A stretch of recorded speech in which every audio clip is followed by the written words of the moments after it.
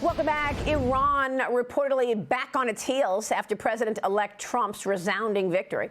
Trump reportedly planning to renew his maximum pressure campaign on Tehran.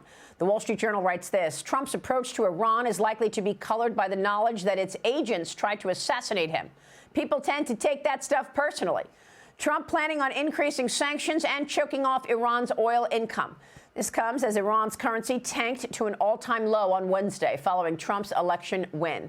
Meanwhile, experts say Beijing is rattled by Trump's win as well. Xi Jinping even calling to congratulate Trump yesterday, saying China will work with the United States on the basis of mutual respect as tensions loom over Trump's tariff threats. Russian President Vladimir Putin also congratulating the incoming 47th president in his first public remarks since the U.S. election, saying Trump acted like a real man following the assassination attempt on his life and noting Russia is now open to dialogue with the United States. Interesting.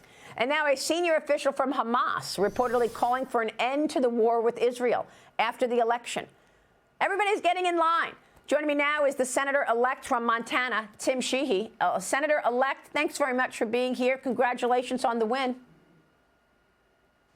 Thanks, Maria. And what we've seen, it's been 48 hours, and guess what? The world's already getting back into order. They respect strength. People respond to strength. And by showing strength, we're going to make the world a safer place. Well, that is exactly right. I mean, a day later, all of our adversaries are getting in line. You are a Navy SEAL. Thank you for your service to our great nation. What impact do you think the Trump administration will have on foreign policy going forward? Let's talk first 100 days.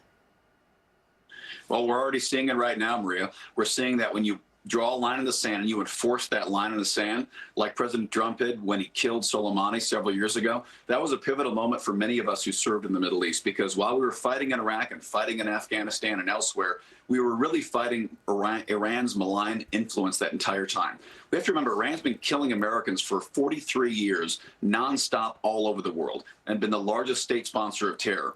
And yet we've seen Obama and Biden and Harris give them billions upon billions upon billions of dollars in incentives to continue to act that way. If you give people incentives, they will respond to those incentives. When you punish them, they will respond to that. So Trump's treatment of Iran and his willingness to draw the line in the sand is an example of how the rest of the world will look at his foreign policy and say, we want to be friends with this guy. We want to be friends with America. We don't want to get on their bad side. And now it's not even, he hasn't even taken office yet. We're already seeing the impacts of strength and common sense in foreign policy, because it's common sense to put the interests of your own country first. And of course, you will be helpful to President Trump in the Senate. You just won your Senate race, as I mentioned at the top of this interview, against the incumbent three-term Democrat. John Tester officially flipped red now in what some are saying is a mandate after President-elect Trump's victory.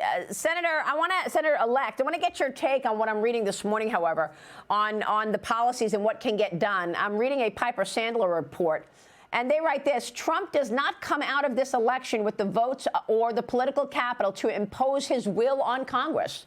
We remain skeptical there will be a major tax cut or an expansionary fiscal policy. A cut in the corporate tax rate is highly unlikely because even with a few votes to spare in the Senate, almost everything will require 60 votes. The big exception is a budget package that can be passed under reconciliation, but let's talk about that, because Trump has a lot of tax proposals. Are you going to be able to get them over the finish line?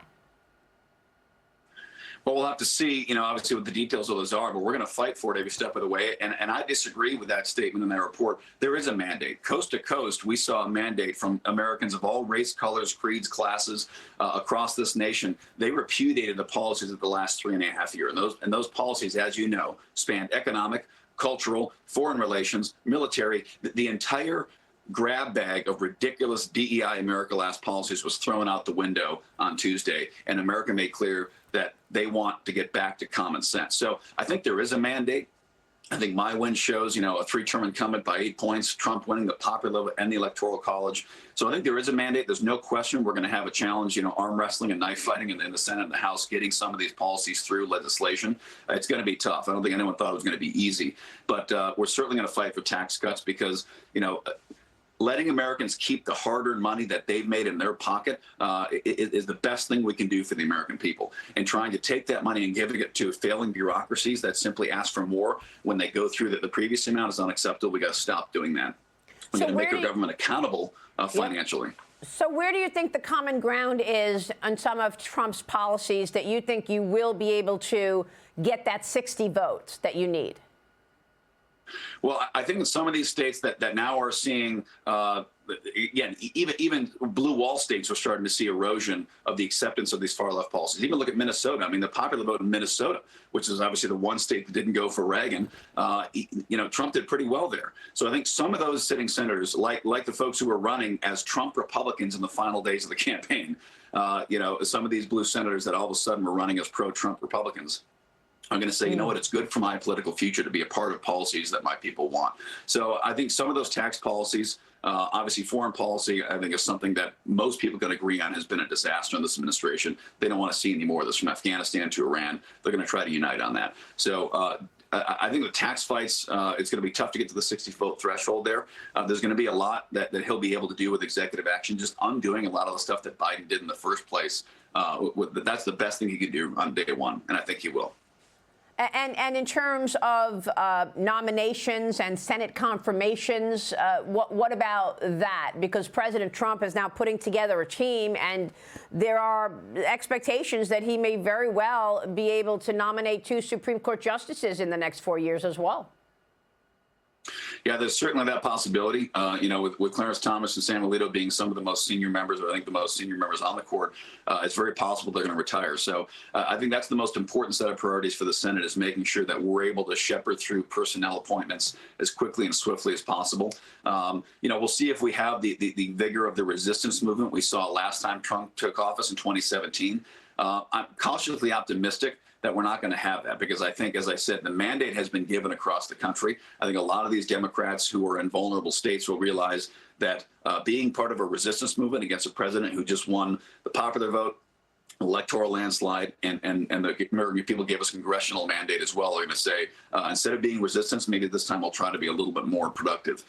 Time will tell on that, but we need to make sure we have senators and congressmen in place in our leadership positions that are ready to work with the Trump administration and put America first. And I think that's what we're going to see is probably the top, litmus test for our leadership on both sides of Congress there, as people say, who's going to be willing and able to work with the Trump administration. All right, Senator-elect, good to see you this morning. We so appreciate your time. Thank you, sir. We'll be watching your work. Thanks, Maria. Let's save America. All right, Tim Sheehy joining us this morning.